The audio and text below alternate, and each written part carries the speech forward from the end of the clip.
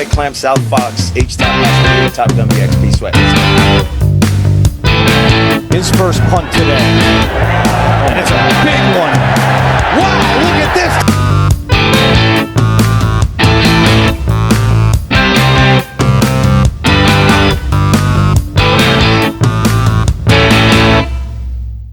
À l'heure où j'enregistre cet épisode, on est lundi 23 mars, ce qui veut dire que dans un mois, jour pour jour, ce sera la draft. Ce sera la nuit de la du premier tour de cette draft 2026.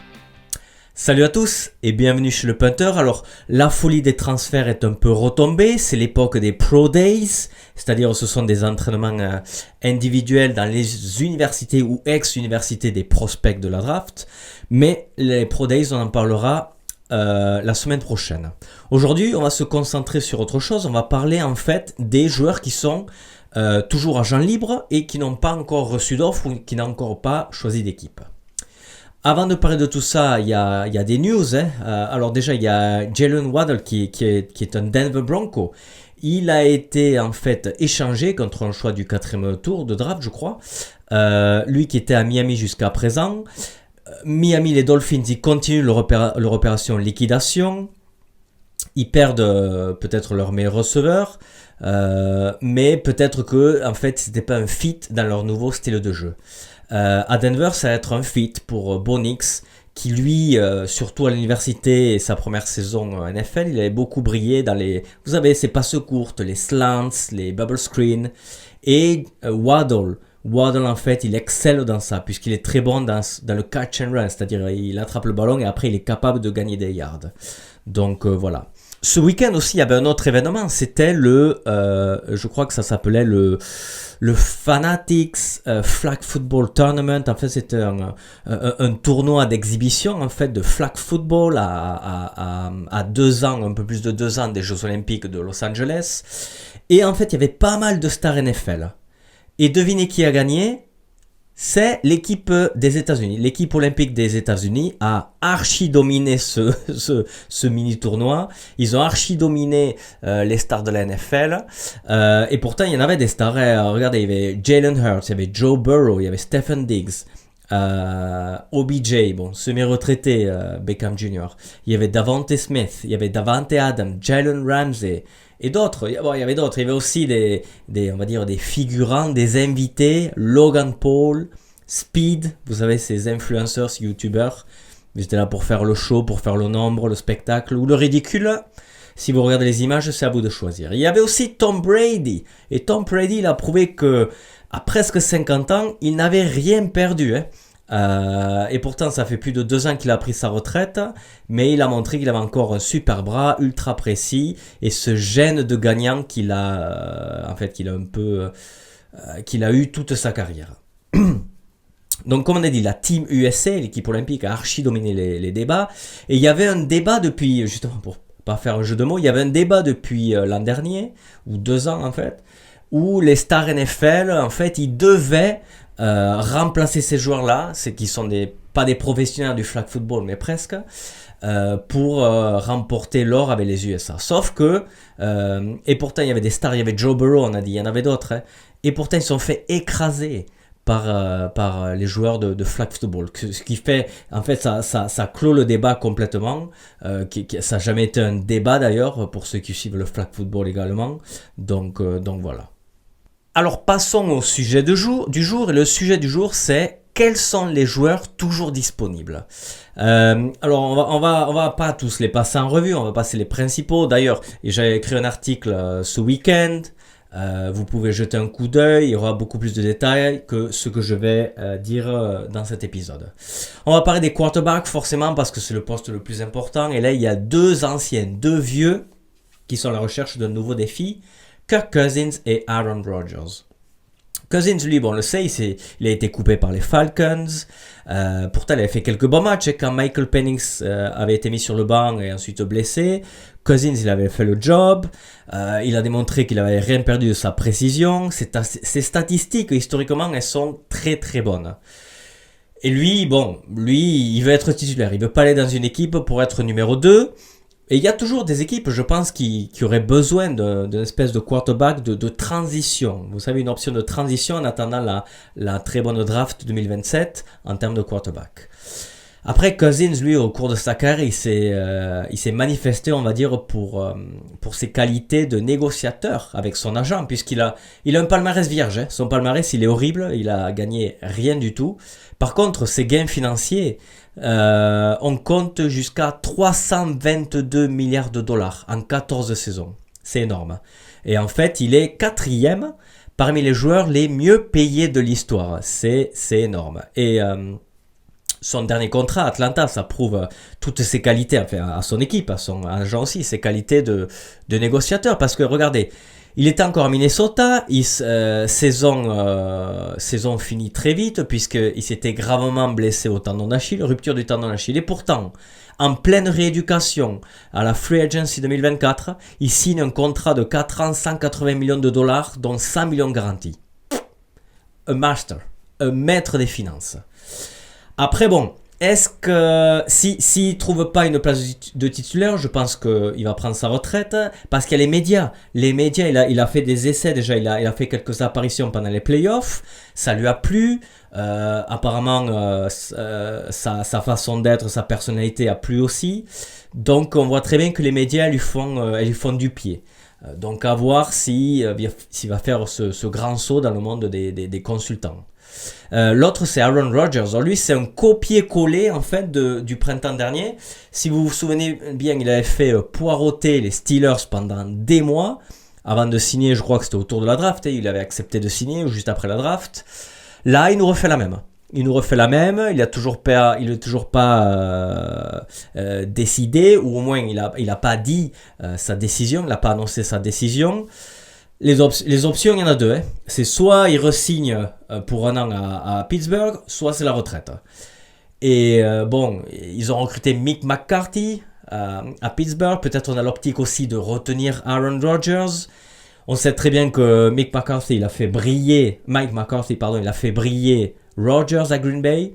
Mais aussi, il y a eu la relation est un peu en dents de scie. Donc, à voir si Rodgers sera convaincu de rester en Pennsylvanie.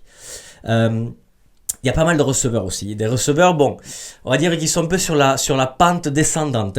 Surtout deux d'entre eux. On pense par exemple à Deebo Samuel, on passe à Stefon Diggs et il y a aussi Tyreek Hill. Deebo Samuel, lui, bon, il a perdu de sa puissance, de son explosivité, mais ça reste un très bon joueur, en plus capable de jouer, de courir avec le ballon aussi, donc je pense qu'il va trouver un point de chute.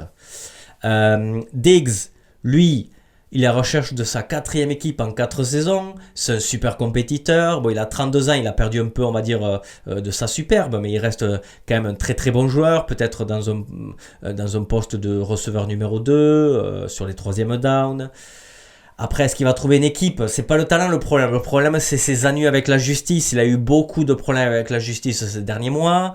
Il va avoir un jugement, il pourrait être condamné. Quoi qu'il arrive, la NFL, vous savez qu'elle a un code de conduite qui est très strict.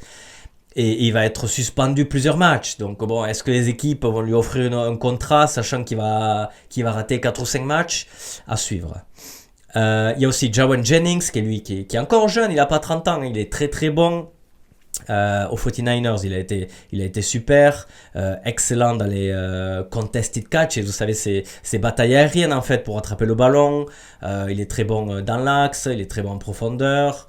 Bon, c'est pas son point fort, mais bon, il est pas mal non plus.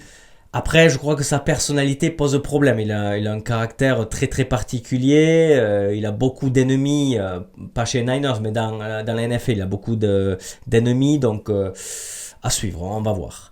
L'autre, c'est Tyreek Hill, un peu comme Stefon Diggs. Beaucoup de soucis extrasportifs dont il faudra voir. Et lui, c'est surtout sa rééducation, parce qu'il a eu une blessure affreuse la saison dernière. Son jeu est beaucoup basé sur la puissance, sur la rapidité, parce qu'il est assez petit. Donc, il faut voir comment il se remet. Est-ce qu'il va revenir à 100%? Est-ce qu'il sera compétitif? À suivre. Il y a d'autres joueurs offensifs aussi. Il y a le coureur, Brian Robinson, qui était aux 49ers l'an dernier. Un très bon coureur, très intense, très agressif. il casse les plaquages. Je pense qu'il va retrouver une équipe lui aussi. Il y a David Njoku qui était au Cleveland Browns la saison dernière, un tight end très athlétique, très rapide, très grand, une superbe carrure et qui est très bon à la réception et au blocage. Donc lui aussi, je pense qu'il n'aura pas trop de problèmes à trouver une équipe. Il y a sur la ligne offensive aussi, il y a des joueurs et c'est une particularité puisqu'il y a 2 anciens Lions. Si vous vous souvenez bien, 2024, les Detroit Lions, ils ont la meilleure ligne offensive de la ligue. Dans cette ligne offensive, il y a 2 joueurs qui sont libres aujourd'hui. Taylor Decker, Kevin Zeitler. Decker, c'est un tackle offensif très très bon. Là, il a demandé à être libéré. Est-ce qu'il veut un nouveau challenge ? Peut-être. On verra bien. L'autre, c'est Kevin Zeitler. C'est un garde, 36 balais, vieux, mais toujours une option plus que valable. Donc, eux aussi, je pense que ils vont trouver une nouvelle équipe sans trop de problèmes. Ok, on va passer de l'autre côté des tranchées sur la ligne défensive. Et là, il y a 2 autres anciens. Ouais. Surtout un. Vous vous souvenez de Calais Campbell, presque 40 ans, il aura 40 ans à la rentrée, début septembre. Et lui aussi, il est reparti pour un nouveau challenge. Je crois qu'il doit être à quoi 17, 18 saisons en NFL, c'est un truc de dingue. Surtout que on va dire que son rendement est toujours très très très bon. Il est très bon encore. Donc lui aussi, je pense que sans trop de problèmes, il va trouver une nouvelle équipe. Il était à Arizona l'année dernière. Je crois qu'il avait réussi plus de 6 sacs. Je crois qu'il avait fait une quarantaine de plaquages. Donc Calais Campbell. Après, par contre, attention, 40 ans, mais vu qu'il est toujours performant, il est cher. Si vous prenez Calais Campbell, c'est d'ores et déjà 10 millions par an, minimum. Donc voilà, il faut voir si une équipe... on va dire, c'est un risque parce qu'il a 40 ans. Est-ce qu'en milieu de saison il te dit bon, mais je me casse, j'en ai assez, ou il se blesse. Bon, c'est un pari à cet âge-là, mais il a démontré une longévité exemplaire. Il a été très très peu blessé en je sais plus combien d'années de carrière. Donc non, attention, ça reste un très très bon joueur. L'autre, c'est DJ Reader. Il est un peu plus jeune, 32 ans. Mais lui aussi, il a une longévité extraordinaire. Il a beaucoup à offrir. C'est un super leader. Et c'est vrai qu'une équipe qui cherche un peu un leader pour entourer un effectif jeune, c'est le mec parfait. Une éthique de travail excellente. Il est exemplaire. Non, DJ Reader, lui aussi, à mon avis, il va très vite signer pour quelqu'un. Chez les defensive ends, alors il y a un Bossa, alors c'est pas Nick parce qu'il est toujours sous contrat chez les 49ers. Il y a son frère Joey qui sort d'une très bonne saison à Buffalo. Bon, cela n'a pas suffi pour re-signer un contrat, peut-être à cause du prix, on ne sait pas trop. Mais ça reste un joueur excellent quand il est en forme. Parce que c'est le problème. Il est très souvent blessé. Quand il était chez les Chargers, il a raté je ne sais pas combien de matchs lors de ses 4 ou 5 dernières saisons. Il y a eu une accumulation de blessures, forcément à un moment donné, ça va l'empêcher de jouer, je pense. Donc bon, mais je pense quand même qu'il va retrouver une équipe sans trop de problèmes. Il y a Bobby Wagner qui là, à la rentrée, ça sera sa 15e saison NFL. Les 2 dernières saisons, il était chez les Commanders. Il a prouvé qu'il était encore parmi les tout meilleurs linebackers de la ligue. Je crois qu'il finissait dans le top 10 des meilleurs linebackers en termes de statistiques. Il a joué tous les matchs la saison dernière. Je crois que c'est plus de 150 ou 160 plaquages. Non, c'est tout simplement énorme. Et comme vous savez, la NFL, c'est une histoire de famille. On a parlé de Stefon Diggs il y a quelques minutes. Son frère aussi, Trevor, est au chômage et à la recherche d'un emploi. Alors lui, par contre, il a touché le fond. Il est plus jeune que son frère, il n'a même pas la trentaine. Lui, il a touché le fond. Il était à Dallas, il a été coupé par Dallas. Il signe ensuite à Green Bay pour, je crois, les playoffs, un peu avant les playoffs. Il joue 2 matchs et il le coupe. Donc le mec, il a été coupé 2 fois en l'espace de mois. Bon. Il a beaucoup perdu, il est très très loin de son niveau de 2021 et bon, il faut voir si une équipe va retenter le coup ou pas, mais c'est pas gagné pour lui. Après, tous ces joueurs-là, est-ce qu'ils vont signer dans les semaines à venir? Pas sûr. Là, je pense qu'à cette époque de l'année, c'est plus des signatures pour après-draft. Une fois que les équipes elles auront leur effectif, leur effectif des 80 joueurs, parce qu'il faudra couper à 53, je crois que c'est au mois d'août. Bon, je pense qu'après la draft, s'il y a encore des manques dans certaines équipes, je vois tous ces joueurs-là signer quelque part.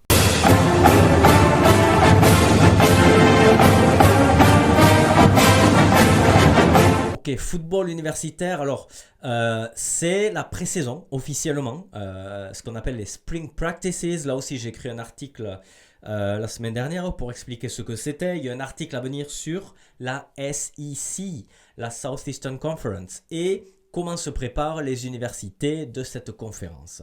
Alors, il y a pas mal d'équipes en fait, comment dire, il y a pas mal d'équipes qui ont nouveau staff, un nouvel entraîneur, donc là il y aura beaucoup de changements, beaucoup de compétitions, il faudra s'adapter à un nouveau système, à un nouvel entraîneur, une nouvelle méthode.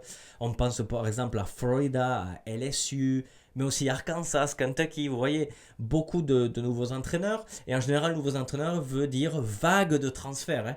Je crois qu'à Kentucky, il y a par exemple une quarantaine de nouveaux joueurs, LSU, on en a parlé dans les articles il y a quelques mois de cela, pendant le portail des transferts, Lane Kiffin qui est venu avec des superstars. Donc voilà, on parlera de tout ça, on parlera des effectifs un peu plus tard, on a le temps, peut-être cet été.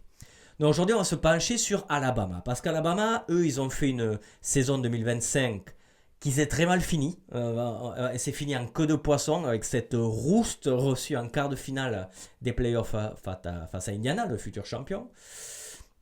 Et donc voilà, cette pré-saison, en fait, ces Spring Practices, c'est un peu un reboot majeur avec beaucoup de nouveaux coachs et aussi une bataille très intéressante, on va y venir dans une minute. Pour Kalen DeBoer, c'est sa 3e saison à la tête du Crimson Tide, il est toujours plus sous le feu des critiques et même sur la sellette, je pense, cette saison. Là, cette année, l'effectif, c'est un peu plus à son image, c'est un peu plus le sien. Les 2 dernières saisons, il y avait beaucoup de joueurs en fait qui avaient été recrutés par Nick Saban, son prédécesseur.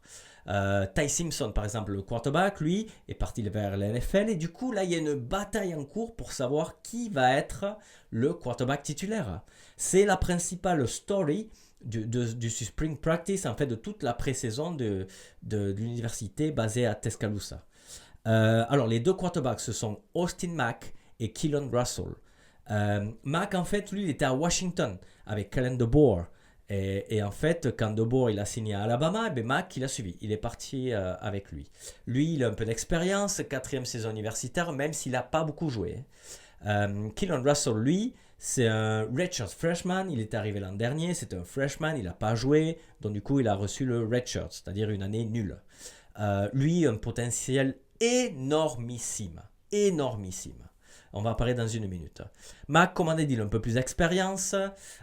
Il a joué un petit peu face à Indiana, par exemple, au quart de finale. Quand Ty Simpson est sorti pour sa blessure aux côtes, Mack, je crois qu'il a fait 11 sur 16 en passe, une centaine de yards de passe. Et je crois qu'il y a une interception aussi. Mais bon, il a un peu, on va dire, d'expérience, un peu plus que Russell, ça c'est sûr. Max, c'est un super talent, c'est très intelligent, une éthique de travail extraordinaire. D'ailleurs, Kellen DeBoer, il a dit que c'est un des plus travailleurs de tout l'effectif. Et aussi ce qu'il appelle un gym rat, puisque après les entraînements et après les cours, s'il va en cours, apparemment il va au gymnase pour continuer sa préparation physique.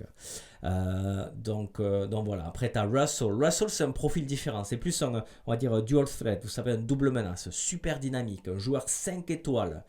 Est-ce qu'il va réussir à bouleverser la hiérarchie? C'est toute la question, parce que Mack, avec son expérience, le fait qu'il connaisse DeBoer, il part avec un avantage. Après, Russell, il écoute apparemment. Il est à l'écoute des conseils. Ils lui ont dit, prends du poids, prends de la masse musculaire. Qu'est-ce qu'il a fait la saison dernière? Il a pris de la masse musculaire. Ils lui ont dit, sois moins timide. Il faut que tu sois un leader. T'es quarterback, t'es un leader. Qu'est-ce qu'il fait? Il commence à créer des liens avec d'autres joueurs. Il exhibe un peu des qualités de leader. Donc voilà, il est à l'écoute. Et ça, et additionné à son talent, je pense que ça peut convaincre aussi DeBoer de le mettre titulaire. Donc, ce qui va se passer dans ces entraînements, ça va être super intéressant. Cette bataille, cette compétition pour le poste de quarterback, elle s'annonce super serrée. Donc, ça veut dire que chaque séance d'entraînement, là, pendant le spring practice et après, pendant l'été, ça va compter. Chaque entraînement va compter. Donc, ça va vraiment se jouer à peu. Comme on a dit, Alabama, ils ont changé pas mal aussi dans l'effectif. Il faut s'améliorer à Alabama. Ils ont là les 2 premières saisons de Kellen DeBoer, il y a eu 4 défaites dans chaque saison. Il y a eu la raclée subie contre Indiana qui a fait beaucoup de mal. Là, DeBoer, il sait qu'il est sur la sellette, donc c'est pour ça qu'il a fait ces changements, pour se protéger aussi. Il faut s'améliorer parce que c'est Alabama. Alabama, il faut gagner à chaque fois, il faut gagner des titres, il faut arriver le plus loin possible en playoff, gagner si possible. L'objectif, c'est le titre pour Alabama. Il y a ni plus ni moins. Donc, par exemple, ils ont recruté Derek Nix, qui est le nouveau entraîneur des receveurs. Un mec qui a plus de, je crois, 20 ans d'expérience ou presque dans la SEC. Il était à Ole Miss avant. Après, il est passé par Auburn la saison dernière ou les 2 dernières saisons. Là, il arrive pour redynamiser un peu, surtout Ryan Williams, qui arrivait, on le voyait au même niveau que Jeremiah Smith, superstar, sauf que pas terrible. Il a eu quelques actions de qualité, mais sinon, la plupart du temps, c'est mauvais, quoi, tout simplement. Sur la ligne offensive aussi, il y a un autre gros bras qui arrive, c'est Adrian Clem, qui lui il a de l'expérience à NFL. Il était entraîneur de la ligne offensive à Pittsburgh en 2021 et après à New England en 2023. C'est un mec qui a énormément d'expérience au très haut niveau, forcément il vient de NFL. Et là aussi c'est pour on va dire reconstruire cette ligne offensive, redevenir solide, surtout créer des espaces dans le jeu au sol qui l'an dernier, on va pas se cacher, il était terrible le jeu au sol de Alabama. C'est aussi pour ça qu'il y avait beaucoup, on va dire, dans l'assiette de Ty Simpson, et Ty Simpson honnêtement il a sauvé la saison d'Alabama. S'il n'y a pas Ty Simpson ou un joueur qui joue aussi bien, Alabama ils n'allaient pas en playoff, ils gagnaient même pas 9 matchs quoi, cette saison là. C'était terrible cette ligne offensive. Donc je pense que cette arrivée va faire beaucoup de bien.